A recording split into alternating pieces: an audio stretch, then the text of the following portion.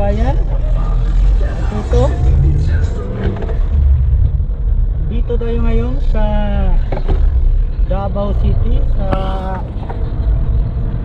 Catalunan Grande. Ito yung lugar ni Congressman Pulong Duterte.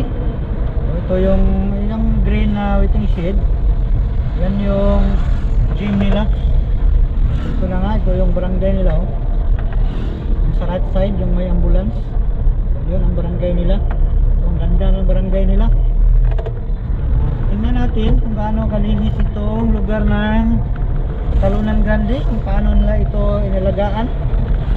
Makita nyo naman, oh, ang ganda ng flow ng traffic dito.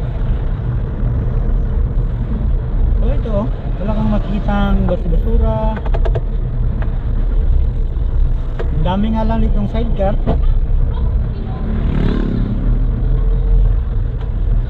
Ayan. Linggo ngayon. Linggo ngayon, March 9. Ayan. Ito yung Catalunan Grande Sentro. Ang kapitan dito yung asawa ni Pulong na si January Duterte. Asawa niya ang kapitan dito. Ang Pulong ay sa, alam natin na Congressman yang si Pulong.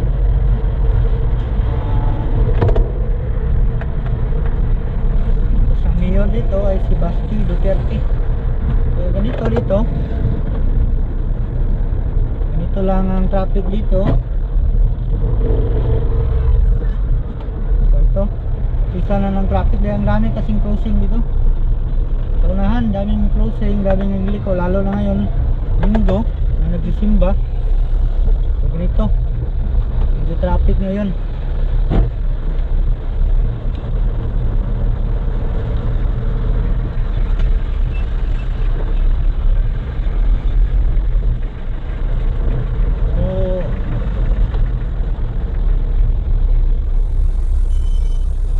Pag-usapan naman natin ngayon kung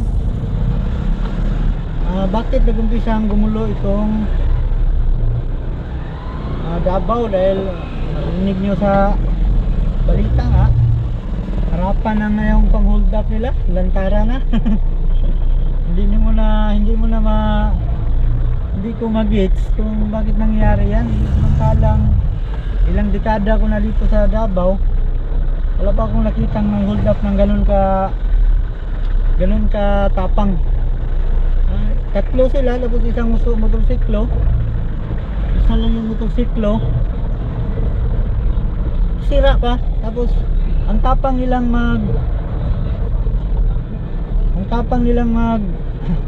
magdala ng armas na gano'n na nga, tapang nilang magdala ng armas na gunban. Tapos ang haba ng armas.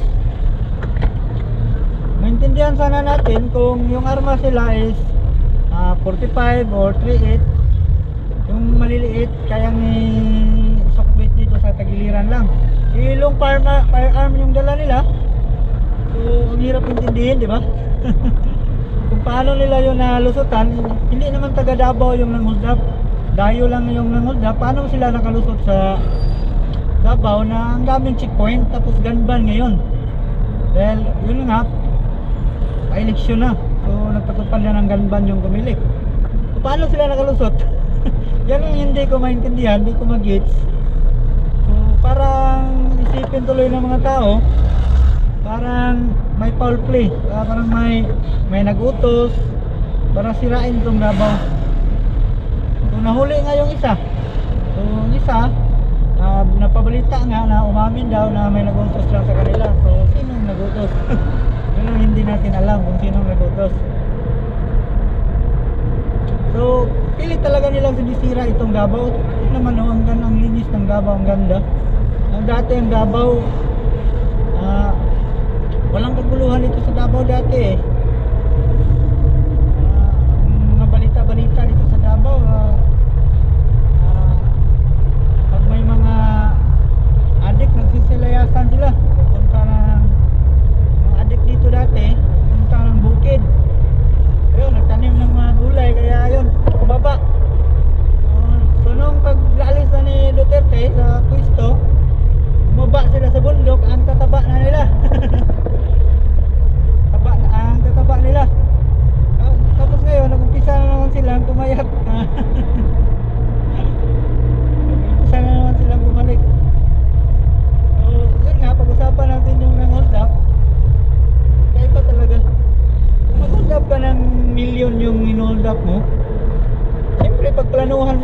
Duterte, ano ba dapat ang may surveillance ka, surveillance mo muna, tapos yung runaway vehicle nyo dapat 100%.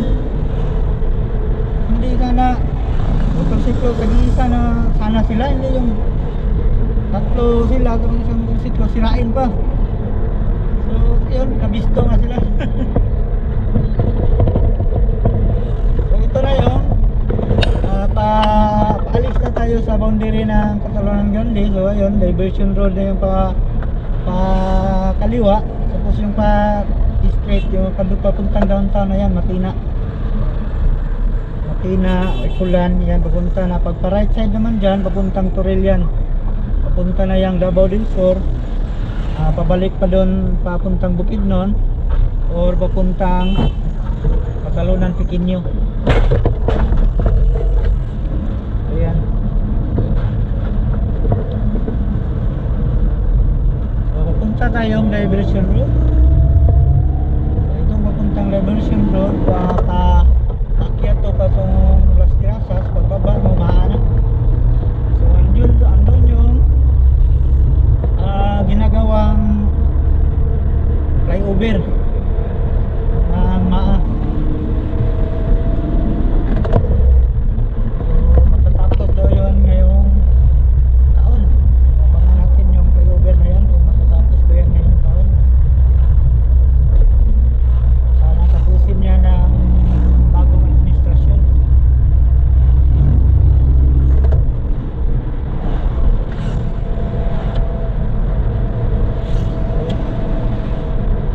Ang nababalitang grabe daw ang traffic sa Davao. Ano yung ano? Ano masyadong traffic dito sa Davao? Ito lang, normal lang. Flow naman yung traffic niya. Hindi yung katulad ng Manila talaga, na-stop. Dito, National Highway kasi ito, super highway to. So, base sa nakadaan din naman ako doon sa downtown, medyo traffic pero hindi katulad talaga sa Manila na Makati na stuck na talaga.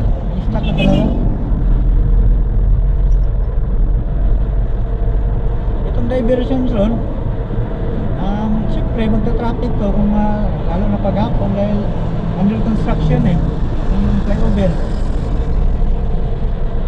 So, magta-traffic talaga.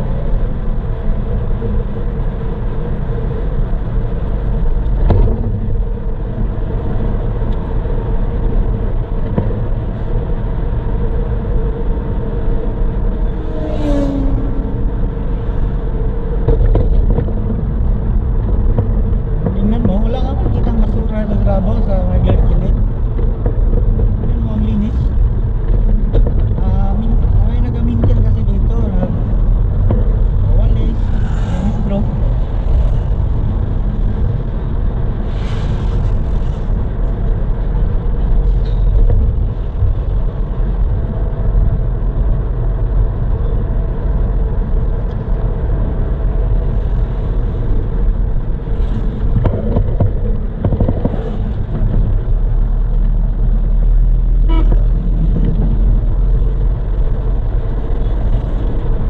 So ayun, paakyat na tayo sa Las Grasas. Baba nito is yung Maa.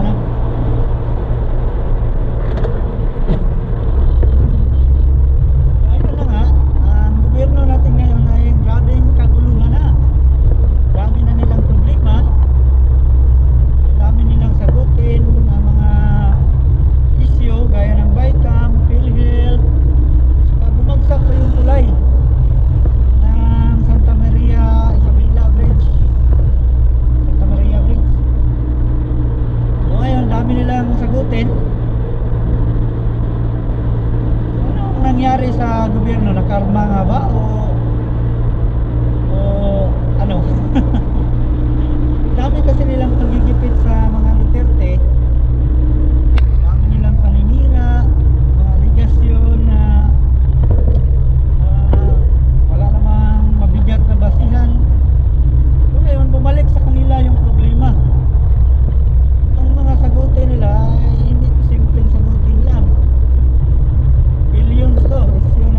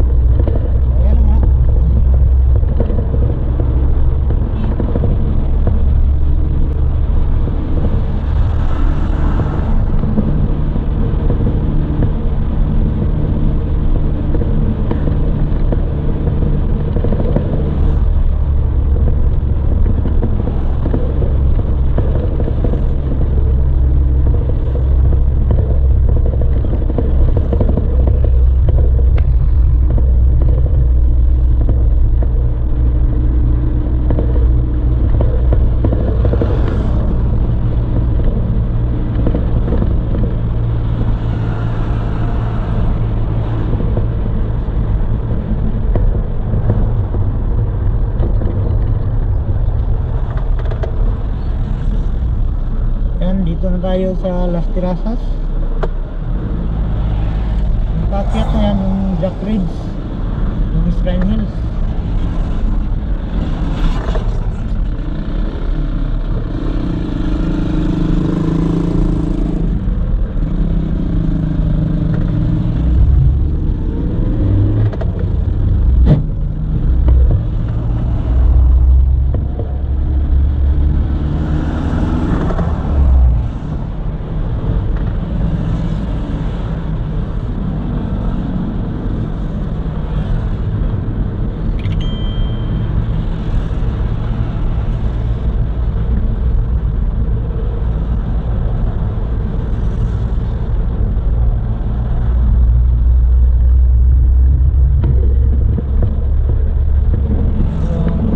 Dito sa Davao is naglagay na sila ng speed limit, yung digital ba tatawag yan.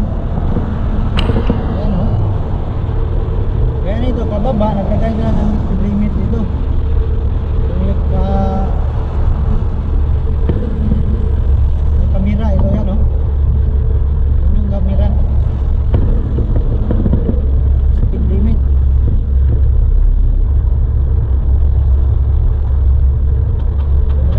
Para iwas disgrasya, para kontrolado na yung takbo natin.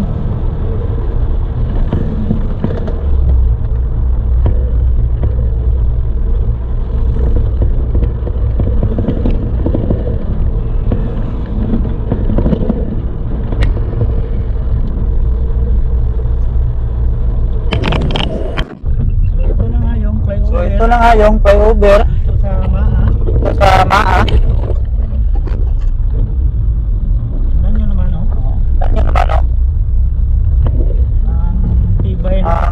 Tibay ng pagkakagawa nila. Tibay ng pagkakagawa, ang dami. Tibay ng pagkakagawa, ang daming girder. 8 girder yung 8 girder yung buwan. Lagay nila.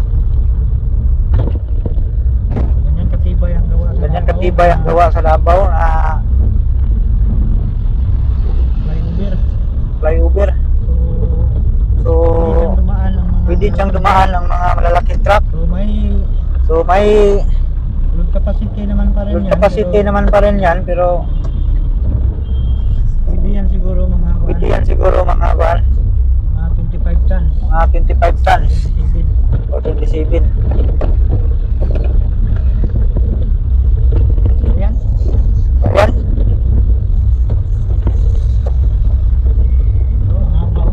Ang habaw. Mahaba to na flyover na to.